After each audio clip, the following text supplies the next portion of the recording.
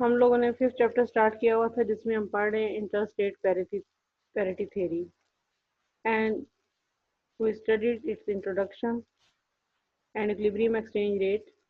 It is a theory which is used to explain the value and movement in exchange rate, and it is also known as the ACID approach to the exchange rate. इसमें हमने comparative static model use किया था to understand करने के लिए कि किस तरह interest rate parity condition will determine the equilibrium exchange rate, जिसमें हमने कुछ एक्सोजेनस और एंडोजेनस वेरिएबल्स जो होते हैं वो रिकॉग्नाइज किए थे अपने मॉडल के लिए. इंटरेस्ट रेट पैरिटी मॉडल में एंडोजेनस वेरिएबल हमारे क्या थे?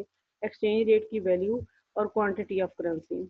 और exogenous variables which are outside the model that influence the position of our endogenous variables, which were United States interest rate, British interest rate, and the expected future exchange rate.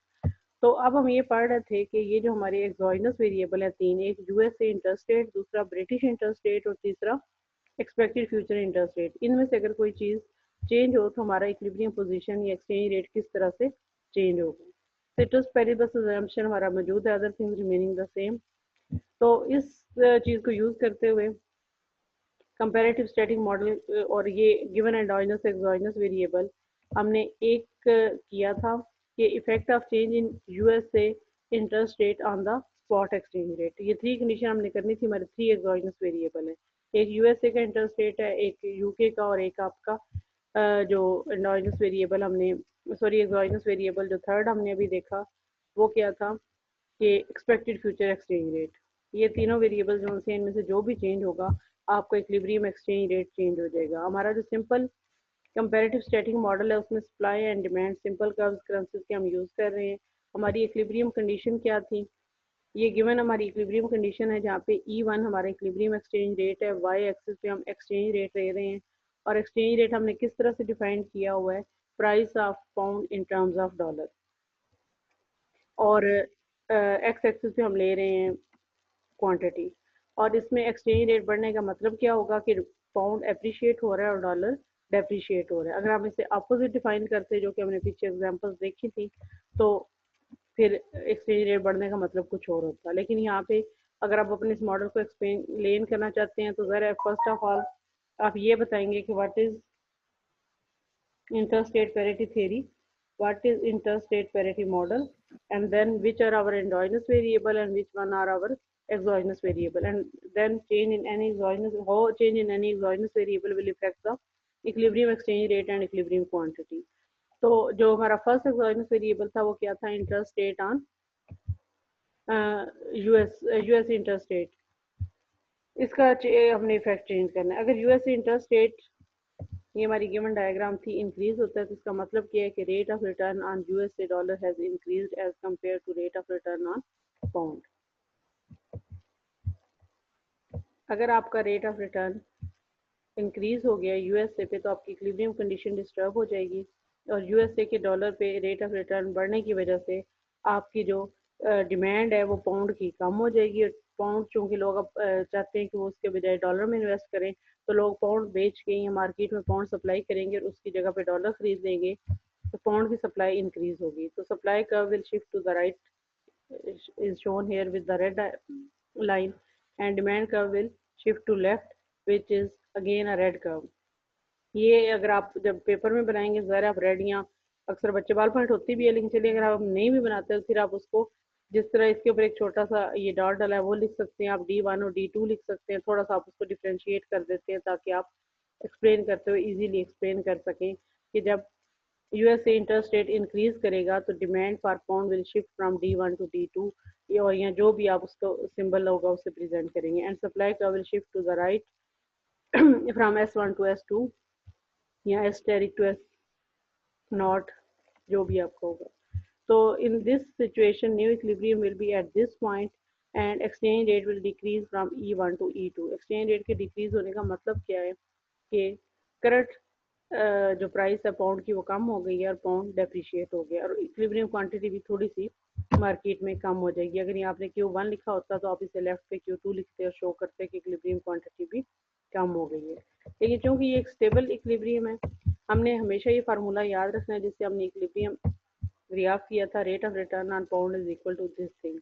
तो अब जो ही आपके ये वाला वैल्यू, ये exchange rate कम हुआ है, equilibrium disturb होने की वजह से, तो रेट ऑफ रिटर्न पाउंड पे दोबारा बढ़ना शुरू हो जाएगा, क्योंकि ये दोनों आपस में इनवर्स रिलेशनशिप है इनका।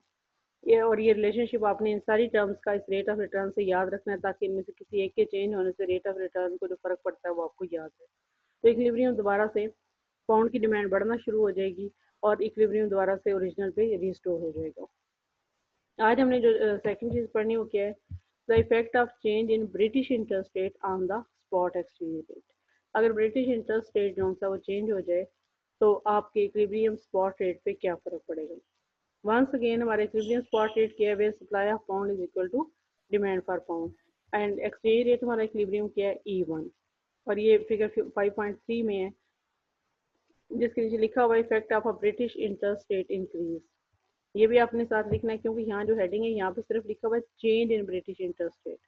अगर चेंज आपके पास दिए तो आप ब्रिटिश इंटरेस्ट रेट का इंक्रीज होना भी शो कर सकते हैं, डिक्रीज होना भी। लेकिन अगर आपको दिया हुआ ही सिर्फ ये है कि चेंज नहीं, increase in British interest rate, तो फिर या decrease in British interest rate, तो आपने अकॉर्डिंगली एक्सप्लेन करना होगा।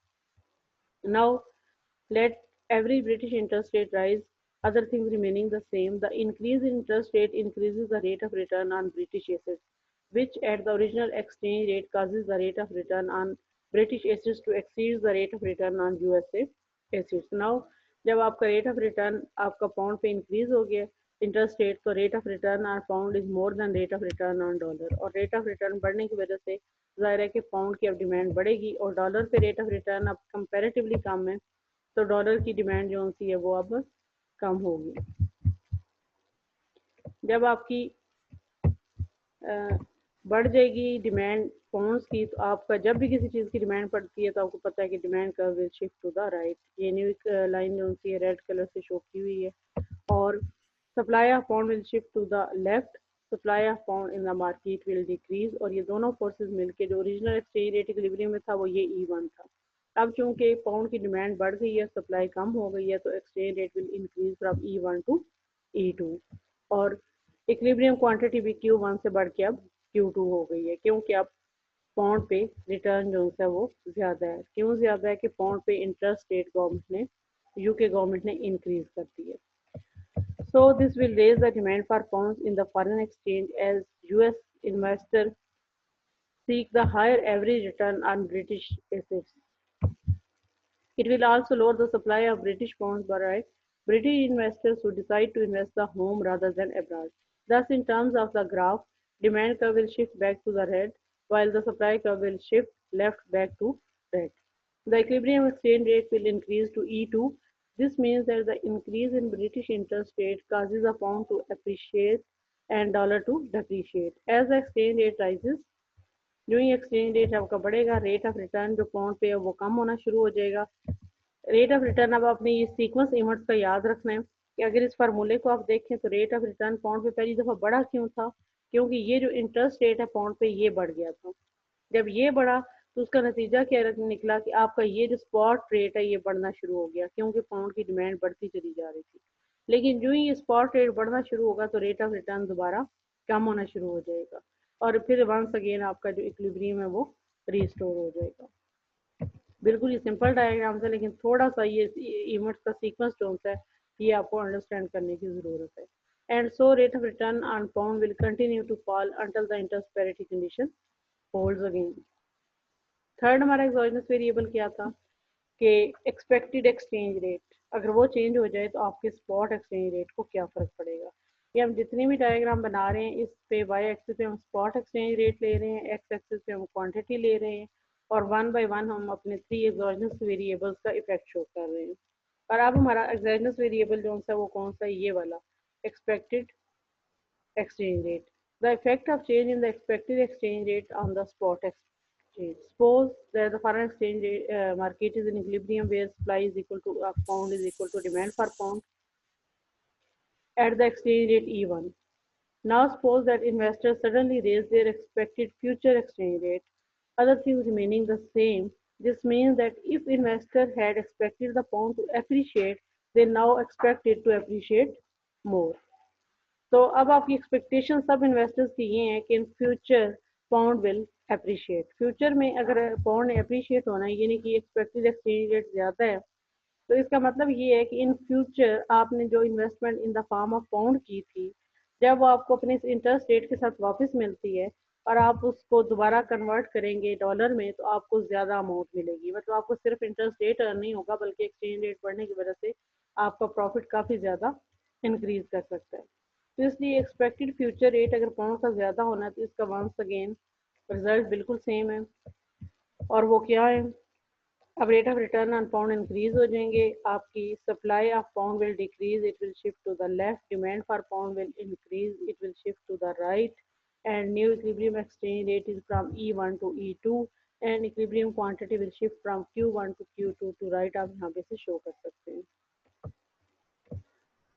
और ये जो आपने अभी एक्सप्लेन किया है कि चूंकि लोग ये एक्सपेक्ट कर रहे थे कि फ्यूचर का एक्सचेंज रेट पाउंड का ज़्यादा होगा, उससे उस चीज़ को इस तरह से समझते हुए उन्होंने जो भी इन्वेस्टमेंट की, जो भी उन्होंने मयज़ लिए अपने प्रॉफिट को इंक्रीज करने के लिए, उससे अगर नहीं भी इंक्रीज करना था तो फ्यूचर का वो एक्सचेंज रेट इंक्रीज हो गया। तो इस चीज़ को क्या कहते हैं कि it is a case of self fulfilling expectations. If investors suddenly think the pound will appreciate more in the future, and if they act on that belief, then the pound will begin to rise in present, hence fulfilling their expectations। क्योंकि उन्होंने सोचा था कि pound appreciate होने जा रहा है, उन्होंने ज़्यादा से ज़्यादा पाउंड कलेक्ट करने शुरू कर दिए, जिससे पाउंड वाकई अप्रिशिएट हो गया। So it is called self fulfilling expectations. अब आपका इक्विलिब्रियम डिस्टर्ब हो गया, ये आपका ओरिजिनल इक्विलिब्रियम था, और अब आपका एक्सचेंज रेट जो है, जो करंट एक्सचेंज रेट है, वो काफ़ी ज़्यादा इंक्रीज होने से आपका rate of return again decrease होना शुरू हो जाएगा पाउंड पे, और आपकी इंटरेस्ट रेट पैरिटी कंडीशन जब तक दोबारा रिस्टोर नहीं हो जाती, तब तक ये एक्सचेंज रेट चेंज होता रहेगा। हमारे ये 3 केसेस थे, इनको इन 3 सेंटेंसेस अगर आप एक्सप्लेन करें तो वो क्या होगा कि an increase in USA interest rate causes a pound depreciation and dollar appreciation. An increase in British interest rates causes a pound appreciation and a dollar depreciation. An increase in expected exchange rate causes a pound appreciation and dollar depreciation. ये हमारे 3 exogenous variables का effect हमने देखा है one by one. ये आपकी छोटी सी exercise है इस टॉपिक के एंड पे, इसको आपने देखना है और